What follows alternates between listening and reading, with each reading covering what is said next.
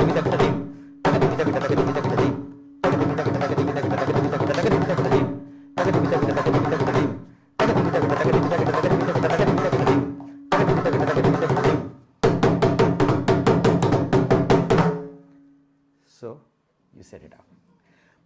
In my head, I know where my head is, where the sum is, where beat 1 is. Even if you go back to the video recording and counted it, it will be on the money. It will be on the head. But that's the training that we do. So remember that thing that I was telling you about lying back in bed and imagining and thinking? Now as we grow older, our skills will become weaker. These skills are at its peak between 20 and 45. Then you start developing tendinitis, you start developing a little carpal tunnel. It takes its toll. I have bicipital tendinitis, so I cannot get on stage without actually training myself, doing all the physical therapy that is needed. So to play these kind of things with the musician playing his part. So the musician actually will be doing a 3 against a 4, a 5 against a 4, a 7 against a 4, even a 9 against a 4. These are all the 5 big tala cycles. Remember I started by saying there are 5 tala cycles. 4 against a 4, Chatushram is, Aditalam is the first one. 6 against a 4, Rupakatalam is the second one. 7 against a 4, Mishrachaputalam is the third one. 5 against the 4, Gandachaputalam is the fourth one. And 9 against a 4, Sankirna Chaputalam is the fifth one. So there are compositions that composers like Mozart and Beethoven from the West, similar composers like Tyagaraja and Dikshidhar and Shyama Shastri from the East have composed in these cycles. So our job as musicians is to understand that cycle really well. Before I dwell any further into this, are there any questions that you would like me to answer? If not, how do we compose music? How does the mind react? How do you think about the music? Remember I told you about this instrument being like this? That means from the big, it has to taper towards the small. Now I'm going to say something. See if you can see if it is tapering.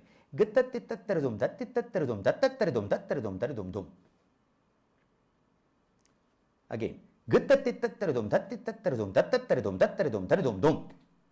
You see, it started with something big and it ended with one syllable. Guttattitattaridum, tattitattaridum, tattattaridum, tattaridum, taridum, dum. Now, if you translate this to numbers, you will understand 1, 2, 3, 4, 5, 6, 2, 3, 4, 5, 6, 3, 4, 5, 6, 4, 5, 6, 5, 6, 6. So you see, if you looked at it 1, 2, 3, 4, 5, 6, 2, 3, 4, 5, 6, 3, 4, 5, 6, 4, 5, 6, 5, 6, 6. If you drew it, you got a triangle. You got a right triangle. Beautiful right triangle created 45-degree angle, 45-degree angle, and a 90-degree angle. Like this, we start creating. Music is all about the silence in between. You see how captivating it becomes when there is pin drop silence. The music is built to a crescendo and the conductor goes stop. And you won't even hear a twang. You'll only hear the audience breathing. And then they come back again. That silence is very important. Believe it or not, music is all about not how much you can play. It is all about how little you play. Is the glass half full or is the glass half empty? Oh, big question that no one has yet answered, right? When the coconut falls in the jungle, does it make a noise? All questions that we have not answered. Same thing. How much should I play? Or how little should I play? Is always an important question that a student needs to know. And in this culture of music, we use this oral tradition called Gurukul tradition. Guru, Kul as in the home of the Guru. Students who want to master this art form go and stay with their teacher and they learn it. And the teacher, when they teach it, they will not teach you the math. They just teach it to you. Over a period of time, the math kind of starts settling in. It's like doing an algebra problem. Oh, how do I do this quadratic equation problem? Damn, I'm getting it wrong every single time. What does the teacher tell you? Oh, don't worry, just keep trying. Do 100 of those problems. 101st one will come right. And that's a true statement. That is, what's the word I'm looking for? Practice. There you go. That is practice.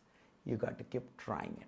So this thing about silence, very important concept. So when we create, so silence in Sanskrit or in Tamil or in the language that I speak is called karvai.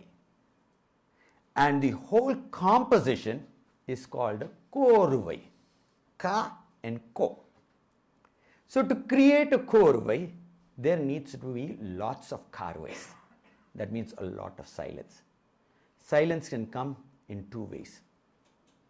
It can actually be in the korvai itself, Gittattittattiridum, tattittattiridum, tattattaridum, tattaridum, taridum, dum in there, or you can put it in between all of these as silences.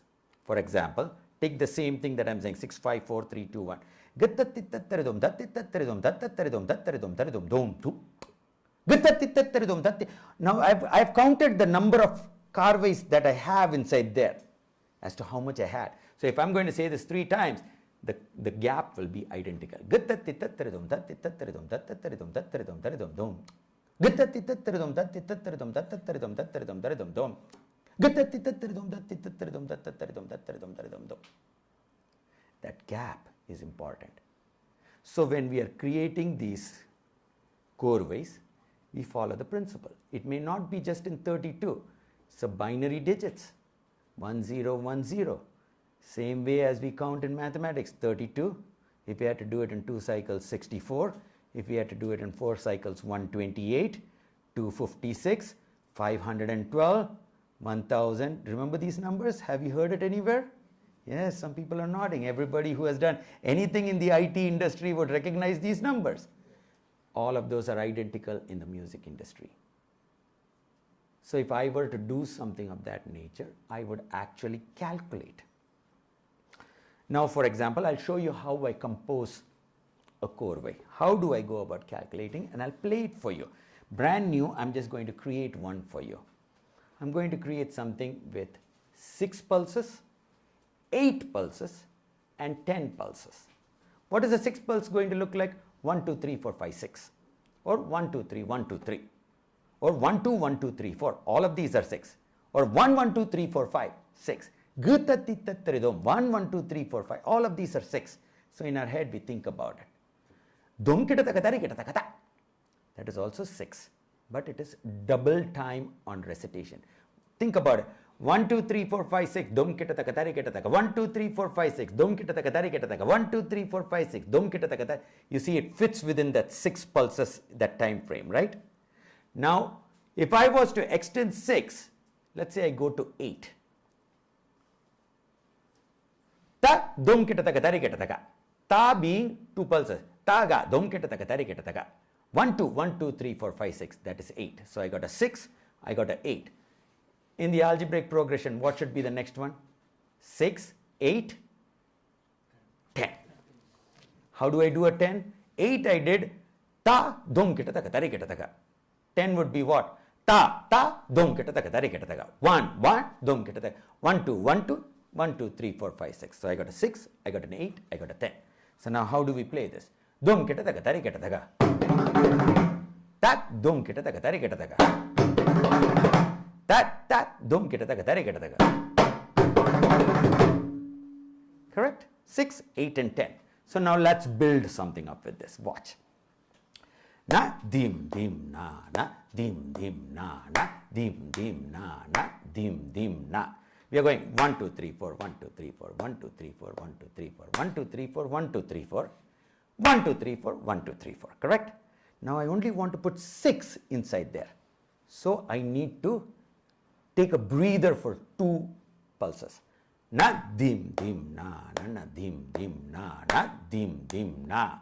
Dum kita taka tari kita taka na dim dim na. See, if I did dum kita taka tari kita taka na dim, it won't come to the head. So from a musical composition standpoint of view, I got to understand, oh, this is my head, what do I do? Na dim dim na tari kita dim dim na na dim dim na. Dum kita taka tari kita taka na dim dim na tari kita dim dum tari kita dim dim na. Tat dum kita taka tari kita taka na dim dim na tari kita dim dim na na dim na ta ta dum kita taka tari kita taka. You see, oh, entry has come. Now I played it in full cycles. What should come if I do a full cycle? Probably a half cycle. Na dim dim na. Dum kita taka tari kita taka na na dim dim na. Tat dum kita taka tari kita taka na dim na ta tat dum kita taka tari kita taka ta. Oh, this came and stuck in the half cycle of the tala.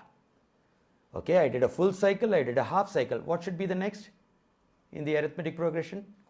Quarter. Oh, we got a mathematician here. Very good. dum kita taka tari kita taka dum kita taka tari kita taka dum kita taka tari kita taka dum kita taka tari kita taka dum kita taka tari kita taka dum kita taka tari kita taka. I've come back to my head. So I did a full cycle, I did a half cycle, I did a quarter cycle. Now I have to put the korvai. I have to put a filler. I have to finish it. Dum kita taka tari kita taka dim, tak dum kita taka tari kita taka dim, tak dum kita taka tari kita taka dim. Next time around, I'll reverse it. Tak dum kita taka tari kita taka dim, tak dum kita taka tari kita taka dim, dum kita taka tari kita taka dim. Third time around, I'll only put the guy in the middle. Tak dum kita taka tari kita taka dim, tak dum kita taka tari kita taka dim, tak dum kita taka tari kita taka dim. Oh, this was not much fun. I'll introduce a little bit more complexity. Tak dum kita taka tari kita taka dim, tak dum kita taka tari kita taka dum kita taka tari kita taka dum kita taka tari kita taka dim. Oh, let's make this more complex. Tak dum kita taka tari kita taka dim, tak dum kita taka tari kita taka dum kita taka tari kita taka dum kita taka tari kita dum kita taka tari kita taka dum kita taka tari kita taka dum kita taka tari kita taka dim. Tak kita dum kita taka tari kita taka dum kita taka tari kita taka dum kita taka tari kita taka dim. Tak kita dum kita taka tari kita taka dum kita taka tari kita taka tari kita taka dim. So the whole korvai has come together. But to create this korvai, you sit and you work on it. So now how does this sound if I'm going to play this? Sorry. See, when the drummer starts putting the drum on his leg, he is getting serious. Now he is warmed up. Okay, so the same korvai I'm going to play. I will recite it as I play it. 5, 6, 7, 8. Na dim dim na tarigida dim dim na na dim dim na na na dim dim na na dim dim na dum kita tarigida dim dim na tarigida dim dum tarigida dim dim na dum kita tarigida dim dim na tarigida dim dum tarigida dim na ta dum kita tarigida dim dim na dum kita tarigida na dim half. Dum kita taka tari kita taka dim na da dum kita taka tari kita taka dum kita taka tari kita taka dum kita taka tari kita taka dum kita taka tari kita taka dum kita taka tari kita taka dum kita taka tari kita taka dum kita taka tari kita taka dum kita taka tari kita taka dim ta dum kita taka tari kita taka dim ta dum kita taka tari kita taka dum kita taka tari kita taka dim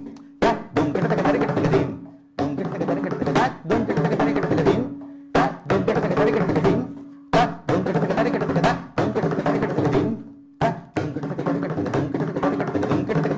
kita taka tari kita taka dum kita taka tari kita taka dim ta dum kita taka tari kita taka dim ta dum kita taka tari kita taka dum kita taka tari kita taka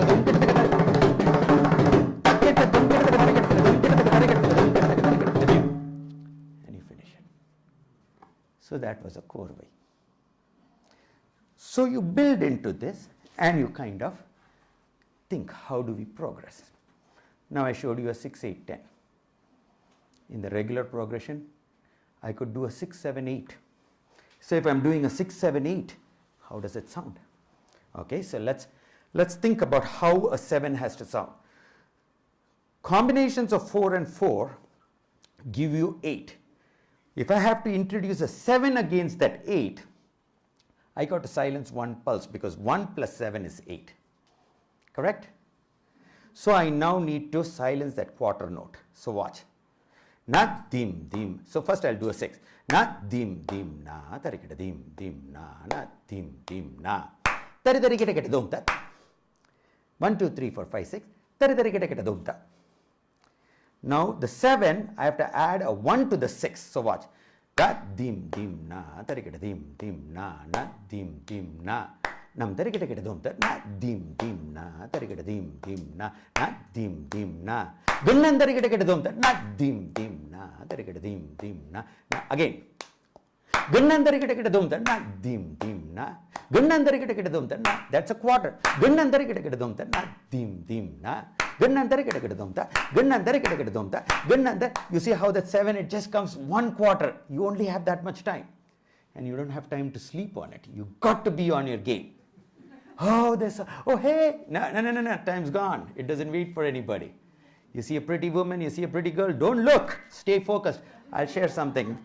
I was with a very famous artist on stage, packed crowd, 23, 24, my first lesson in accompaniment. I thought I was a hot commodity. I thought I was really good at what I was doing. And this musician is performing. 1,500, 2,000 people in the audience, and I never played for such a big audience. So my heart was like, I got to do a lot of good things. About 17 minutes into the show, this man looks at me, the musician looks at me, and he goes, "Who is the main performer here?" I said, "You are." He said, "Don't you think you should be seeing me and performing? Don't look at the audience, look at me." Most important lesson in my life. Because when he is performing with me, the key word being he is performing with me, he expects me to perform with him. Which means there are nuances and gestures that he wants to pass on to me that I should be able to assimilate. The eyes will tell a story. The leg will tell a story because he's showing me.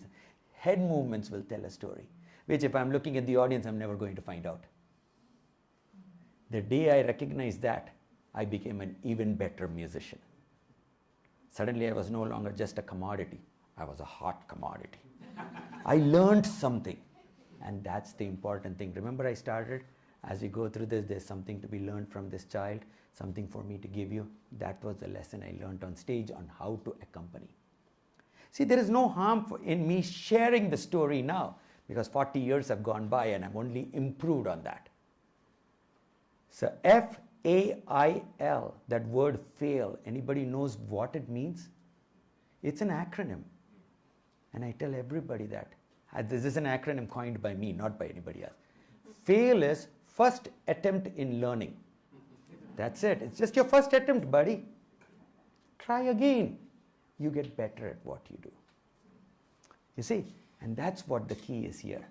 Oh, I passed. Oh, that's no big deal. Oh, I came second. My teacher would say, how many people were running? Just 2? You see, that means you're last. You're not. So those are the things that we learn from our Guruji. The Gurus are very astute in their thought process. And they always would quiz you on how things happen. And we learned everything from cooking to washing clothes. At my teacher's home, in the morning we would get up and he would say, go bring that drum for me. In Tamil he would say, go bring that one.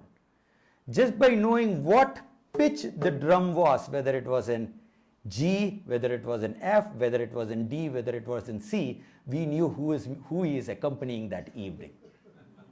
That is how astute we had to get. He would never tell us. And if he guessed wrong, oh, he took it out on us.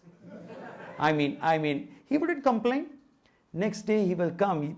He will never forget. That's the beauty. He is like an elephant, never forgets. Next day he will give you a lesson and he'll say, okay, and he'll say, massage me with the oil. We'll put the oil on him. And he will sit on his easy chair and he'll say, now play that lesson till this oil seeps into my body. Literally 5.5 hours we'll be just playing this one single lesson that he teaches us.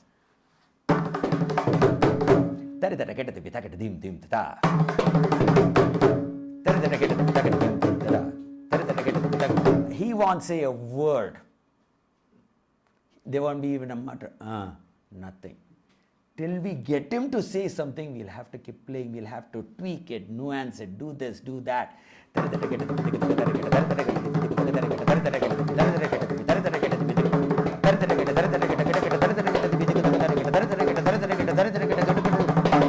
We try everything. Nothing. Then in the evening, we'll go for the concert. And that same lesson we were practicing in the morning, this man will pick up that lesson on stage. And we all sit behind him. All the students will be on stage. 3 musicians, there will be 20 students sitting on stage. Each person has a task. And then he will start and he'll look and he'll go, that means now you keep beat for me. I'll show you all the things we can do on this. That's your education. Right there, he's teaching you on stage. And that is the beauty of this music. This is how we have learned it. Teacher to student, Gurukulavasam. Gurukul. Right at the home of the teacher. And then once you have got to a point where you are maybe good at what you do, or at least the teacher feels that you're good, He'll never tell you. You got to keep practicing every day because you don't know when you'll be quizzed, when you'll have a test. He will have gone for the concert. We will all be there. He'll just kind of, out of nowhere, say, oh, unable to perform today. You come up here. You play. And he will stick us out there. Some famous musician will be singing. We'll have to sit and play. And he will sit in the audience and he'll watch. And then the next day he will judge on all the things that you did right. He will give you your compliments, but not excessive. But he will definitely teach you all the things that you're not supposed to do. All the things in music which I told you that silence is music, he will teach it to you. How are we doing on time, guys? 5:34. Excellent. So now here, 6, 7 and 8.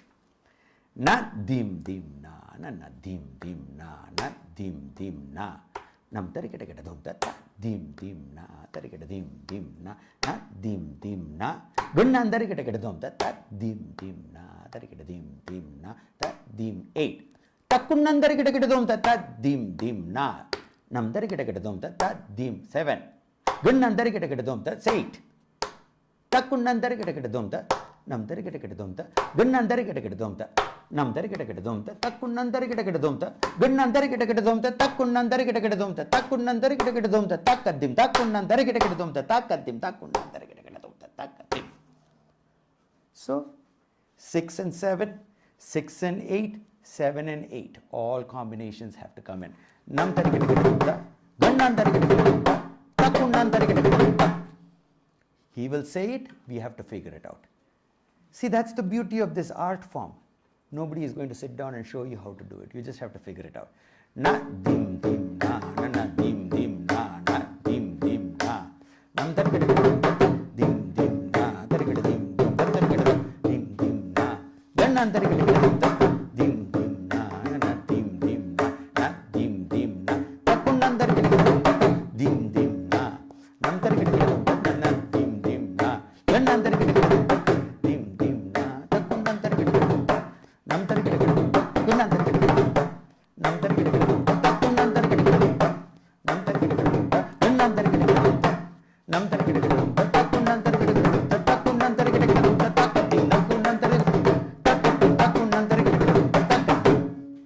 So we figure it out and we practice all of this and we try to bring it together. So as I progressed through this, I finished, what all did we go? What it takes to practice? What do parents need to do to motivate their children? How much practice is needed? I've given you all that. Now comes the part of how do you play a percussion solo? All of these things that I told you, I'm going to play a small bit for you guys. I'll build it up and I will bring it together and you will see what are the things that come. Some of them will be interesting, some of them will be very mechanical, some of them will be very calculative. But there is a story that we develop with all of this. And we have to develop it slow, middle speed, fast speed, and then conclusion. But how we build up those speeds matter. Any questions, guys? I was told I have to give you guys a question and answer. Yes? As you're going through these phases, then could you define what's meant by improvisation? Yes. Improvisation in music, in Indian music, or for that matter in any music,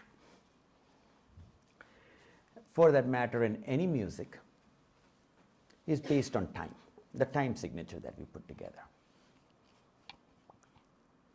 So if the main musician decides to do something as 4 plus 4 to give you 8, the accompanying musician can look at it and say, hey, I can do this as 2 plus 6 to give you 8. The other drummer might say, oh, you did it as 2 plus 6, I'll do it as 3 plus 5 to give you 8. The key being the time signature has to go on and you improvise that. That is in a layman's term, in a very simple way.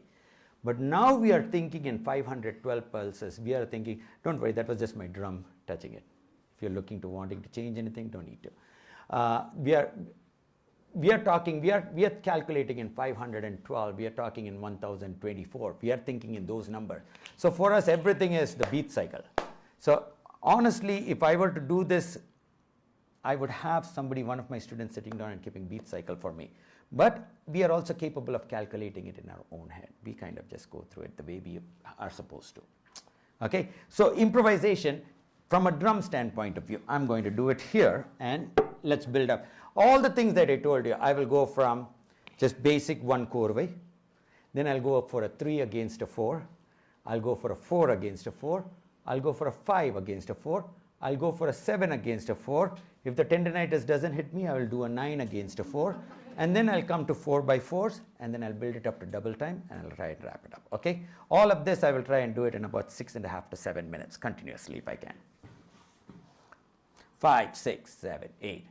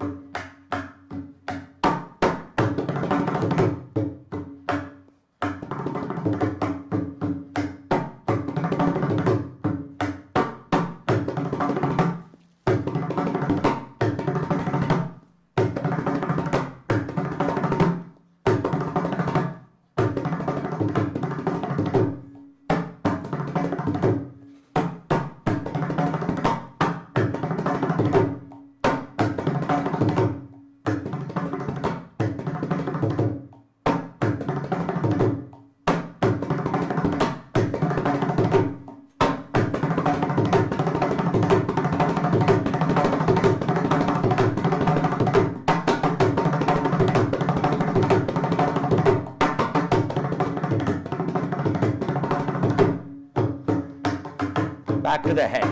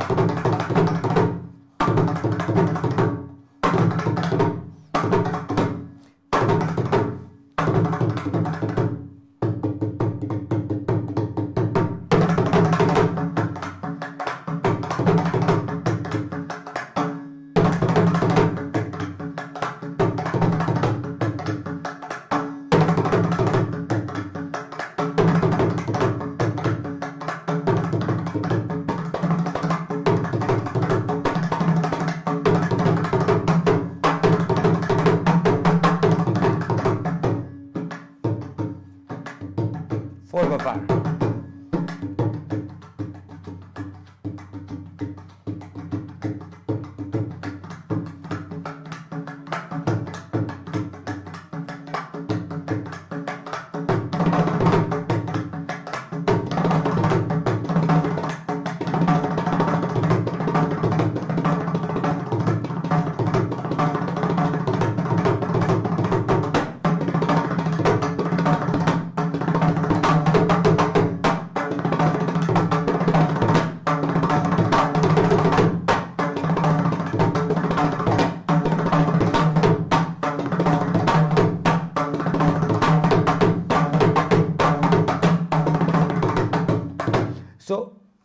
Once we not done. I thought about giving. So once we are coming to the end, you create something called as a mohara.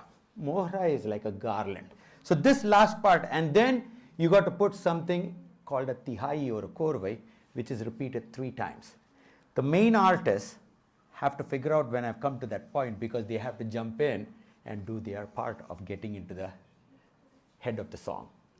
So that is something which is when to get out, because that's a big confusing thing. So coming, and then I also told you about karvai and korvai. I'm going to create something right now on the ending where you will see the gaps, and then I will explain to you how the gaps are filled and taken out. Okay, so going back 5, 6, 7, 8.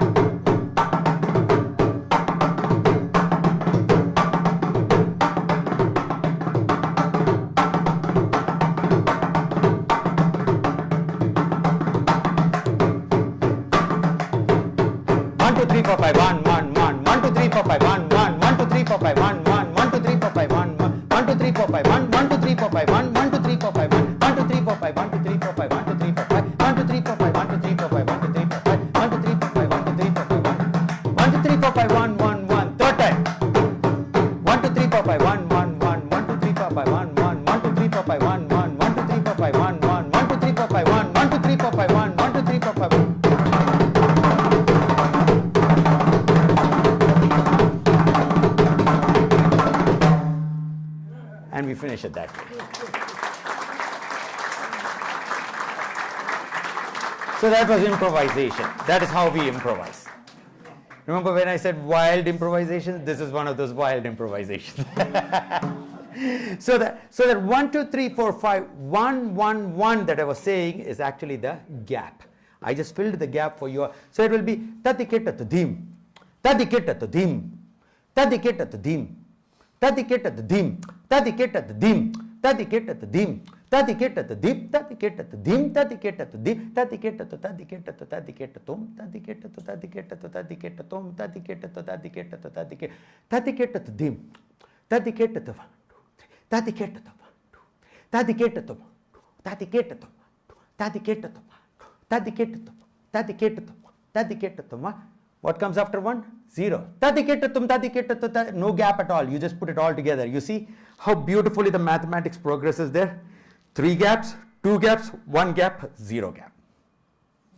As soon as we start, the musicians already know, oh, what a pattern. They get ready to jump in at that last. When we go,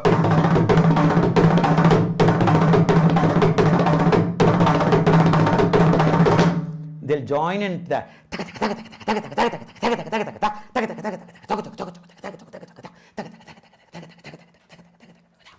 They'll join in and we come to a crescendo. So that, in a nutshell, friends, is Indian music for you. Yes.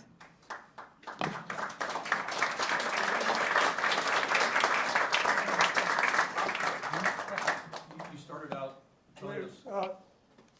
Since we're streaming, Yeah. we just want to get Thank some you. of the- You began by telling us about how the drum itself really emerges out of Hindu mythology. And, and we know that every raga and probably every song has a name and a theme that, to our understanding, would also be integrated into Hindu mythology, and therefore each raga would be telling a whole story, kind of epic. Correct. I was wondering if you could talk about that. Very difficult, but I will tell you something about your question. So, this has to do with the nomenclature of naming ragas. There are 72, just like I told you in talas, there are 5 main talas and there are 35 talas in all. But 5 of those are the main ones where lots of compositions are done. And in the remaining talas, musicians compose what is called pallavis. Similarly, in the raga structure, in the melodic structure, there are 72 parent ragas. They are called melakartas. And of these 72 parent ragas, there are thousands and thousands and thousands of derived ragas. Now, the nomenclature for this is as follows. In the Vardhanagari system of language nomenclature, we have a, I, u, a, I, o, au, aha, the consonants. And then we have the k, k, g, g, ng, z, z, z, j, n, t, t, d, d, n, p, f. Like that we have this is similar to saying A, B, C, D, E, F, G, H, I, J, K in that manner. But in this language what happens is, what's your name, sir? Kirk. Kirk. Kirk, when spelt in this Vardhanagari system, cannot be pronounced any other way except as Kirk, because we have vowels and consonants for every twist and turn of the word. Kirk in English, if I didn't know you, if my mother was to call you, she would have called you Kirk. You see, it can change. But in this language, Kirk will be Kirk. So there are k, k, g, g, ng, 5 of those. Ch, ch, j, j, j, 5 of those. But line 1, line 2, line 3, line 4, line 5, it's a matrix. 1, 1, 1, 2, 1, 3, 1, 4, 1, 5, 2, 1, 2, 2, 2, 3, 2, 4, 2, 5, 3, 1, 3, 2. In that manner, it builds itself.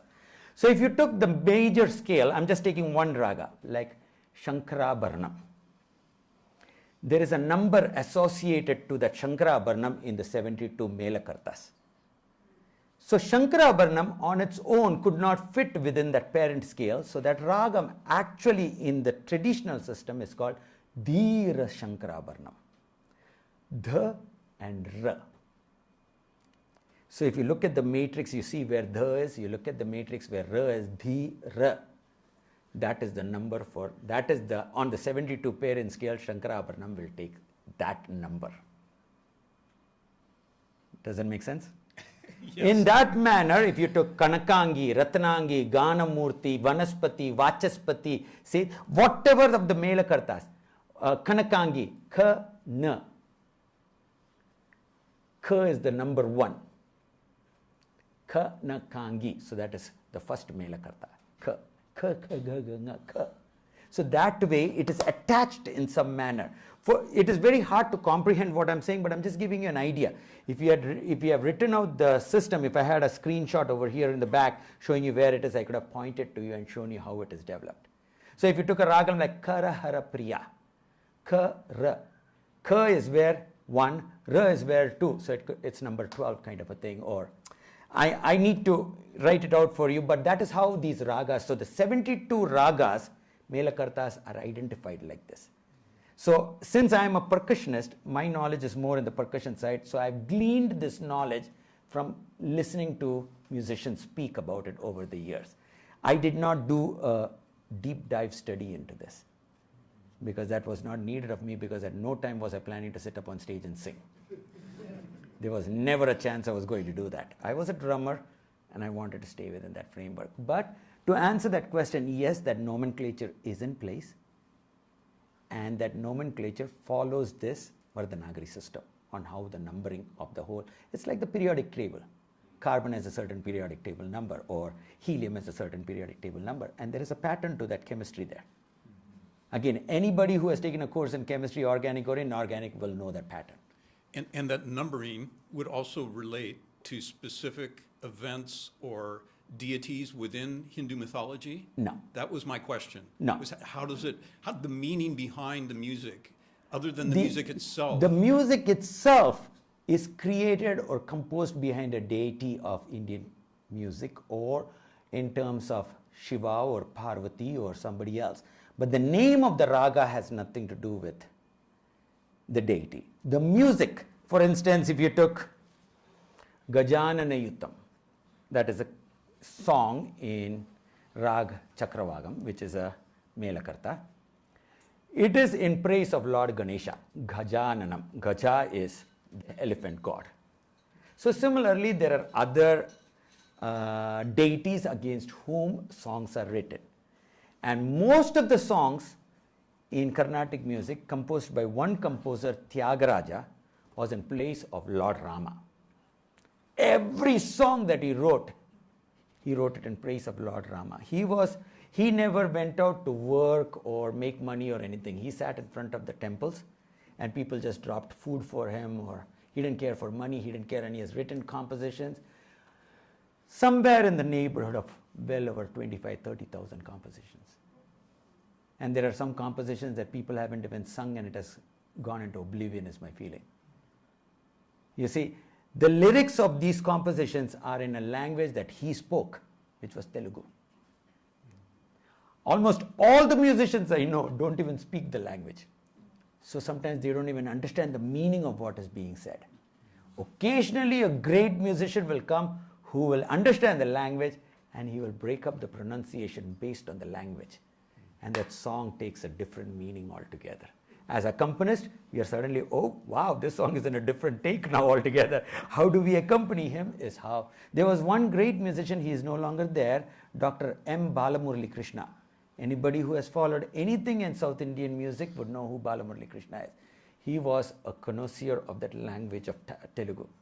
And when he sang, people actually sat up and heard it, because he enunciated. The diction was based on the language, not on how we were taught. Almost all of us in the Indian diaspora who speak may not know the language of Telugu, but all the songs are composed in Telugu. Thank you. Okay? Yes. Mike. It's hard to imagine how any other instruments could keep up with you. So is the percussionist kind of the leader? No. But could you just mention one or two instruments that would be typical in a concert? Yes. The sitar? So this young man, this nice, wonderful young man sitting here is a professor of music at UC Santa Barbara, and he is a sitarist. His instrument would be considered a primary instrument. The accompaniment for his instrument would be a dual-headed drum called the tabla. In South India, now sitar is a North Indian instrument which became very famous because of the Beatles and Ravi Shankar. In North India, a similar instrument similar to the sitar is called the Saraswati Veena. Played exactly the same, has the same kind of feelings, but the language is a little different. It's just like speaking English and speaking Spanish, two different languages. That's another main instrument. Western instruments have adapted very well into Indian instrument. My daughter is a violinist, and she plays the violin very traditional Indian style. She will sit on the floor, yoga position, with the scroll on her leg, and she'll play it. We are an accompanist. So even on the percussion side, there are 3, maybe 4 percussions that can sit on stage with the main artist. This mridangam in South India is considered the principal percussion. The secondary percussions are a clay pot, a good old Spanish clay pot called the guttam. Amazing instrument. The third one is a tambourine. It's called a ganjira. And the fourth one is called a Jewish harp. They put it in their mouth and they go, it's called a mursing in India. But if you were to go find a mursing over here, the a storekeeper might not know, but you tell him a jaw harp or a Jewish harp, at once he'll get you one of those. And so those are the 4 secondary percussions that accompany the primary percussion.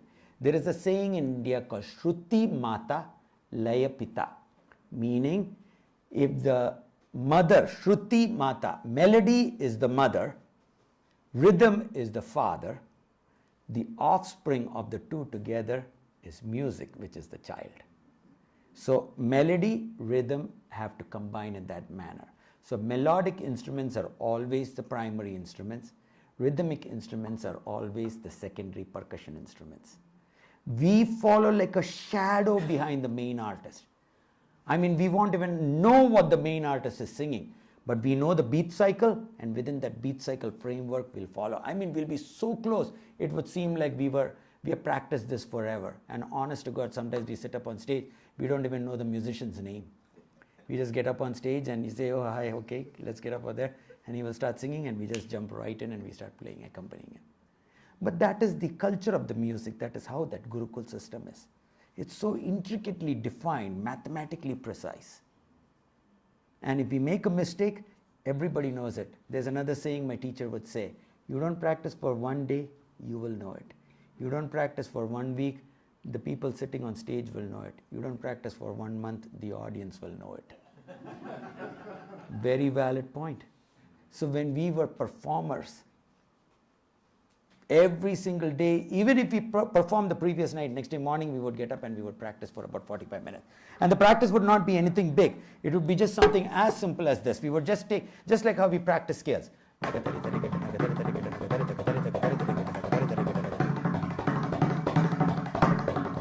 So we have to give emphasis, no emphasis, emphasis, no emphasis. We have to get that technique into our hand.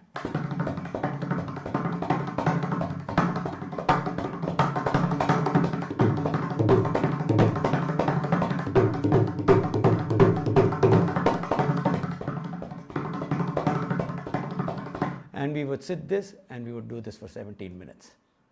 That's what, remember I told you, 17 minutes in the morning? That's what is needed. And then when we were learning this art form, the teacher would tell, practice has to happen not continuously. You have to practice with breaks. So you would say practice 17 minutes during breakfast time, practice 17 minutes at 2 o'clock, practice 17 minutes at 7 p.m., get up at 12 in the night and practice for 17 more minutes. And there was always a big difference. That night, once we went to sleep and we got up to practice, hands were all very tight. 17 minutes did no justice. The time that the hand was flying like crap was the 6 o'clock hour in the evening, because your body was all nimble and loose. The morning hours, it took a little time, but you got onto it. You know, when we get up, we have all this nooks and crannies like the bread, what is it? The British bread. There's one with nooks and crannies, I can't remember it. Oh. English muffin, there you go, like that. The nooks and crannies will hurt you.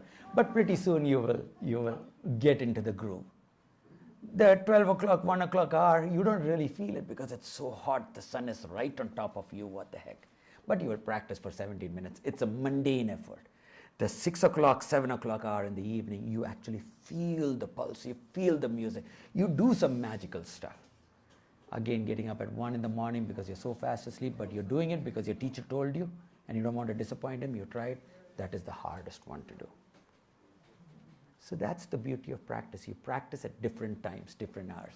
So to answer your question, no, this is not the primary instrument. This is always an accompanying secondary instrument. Everybody else is out. Well, we're at the 6 o'clock hour, but is there one last question? Which came first, the musician or the mathematician? Good question. Even in the mathematician, I'll leave you with this one thought. Which came first, arithmetic, algebra, or geometry? Okay, so when you think about that, the answer is geometry came first. And you'll ask me, how can you be so confident about it? Of course, research has been done and everything else. But when you think about all those pyramids that were built in Egypt, when you think about all those excavated places like Mohenjo-daro and Harappa in India, where the pipeline system was there, the angles were understood and everything was there, geometry came first. So then how did it all evolve to what it was? From there was where everything else came together. So if you think about it, what is number one? When you look at the number one, how do we write it? We write number one like this. The reason that is written that way is because it has one angle. You see that? Look at number two. Number two is written like this. We made it all so fancy and we drew all that, but technically if you look at number two, it has two angles. If you look at number three, it has three angles. If you look at number four, it has four angles. If you look at number 9, it has 9 angles. The reason we never went to the moon was because nobody found a number without any angles, which was the number 0. Once they found that out, everything else came together. So with that being said, the hierarchy of geometry, arithmetic, and then algebra in some manner had this progression. Music, of course, was there right from the time, the day you are born. There is a pulse to you. There is a rhythm to you. And that pulse and rhythm has to just be glorified by your near and dear ones. Every person born into this universe comes with a certain myelination. They come with a certain form of understanding. Within 18 months, the facets of that is completely developed. The gray matter and the white matter in the brain with clarity will send the signals where it needs to go. The music in you is always there. It has been there even in the womb stage, in the umbilical cord stage, when the baby feels very calm just hearing to the mother's heartbeat. Do you know why the baby wants to come and sleep on the mother's chest? Because it has been so used to hearing the heartbeat in the womb that when it comes to the chest, it feels that comfort. Have you noticed cats? If you grab the cat by the neck, they at once kind of fall. Do you know why? Because when the mom wants to grab the cat and go, what does she do? She bites the cat, the baby cat, on the neck, and the cat just gives in. So if you just grab the cat on this portion of its neck, it just drops. So all of these are part of beauty of nature. So for me, music came first. Mathematics and all is an acquired trait. Music is a divine trait. It's given to you at birth. If we choose to develop it, then we are meeting the divine in some manner. And that's it. Thank you all, guys. Such a pleasure talking to everyone.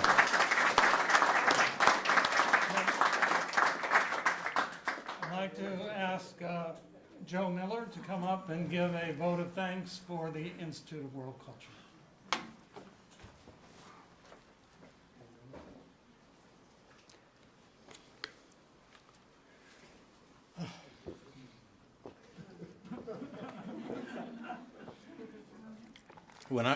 When I was in college, I was sitting one evening with a drummer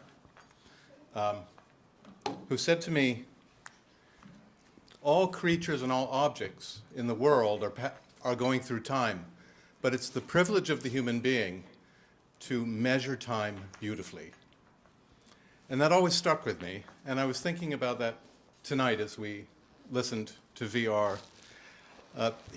He has given us such a beautiful, luminous presentation tonight. It was really like, I felt like Alice in the Looking Glass, going through another world. He was so true to the spirit of the Institute and really brought back the power of this institution and the incredible beauty and power of a living presentation.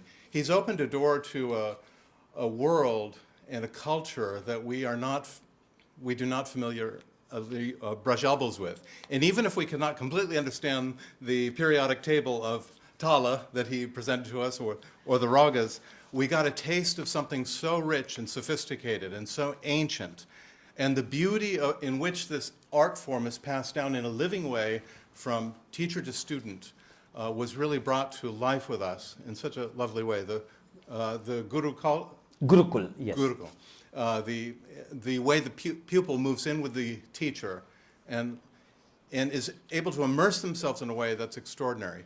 And at the same time, VR also gave us a lot of practical thinking about what about strain and relaxation, to really practice potently for 17 minutes a day, and then to let it seep and let it enter us into the subconscious. The power of, I think all of us, the rhythms he's played for us today are going to be vibrating our molecules as we go into sleep tonight. So be aware of how you wake up in the morning. It was just such a really a beautiful and potent presentation. So on behalf of the Institute of World Culture, thank you very much, VR, for coming to us today, for speaking in a spontaneous way, for giving us not only in what you said about improvisation, but the way you present it in such a natural and spontaneous way. It carries a potency to it that is really self-evident. So please visit us again. Absolutely. And thank you. Absolutely. Thank you, guys. Thank you.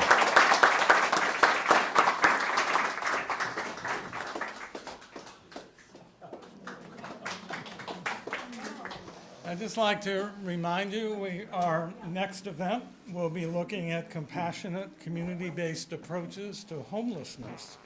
And you can find information at the back of the hall as you leave. If anyone wants to make a donation, there's a donation box back there as well. And we thank you all for coming tonight.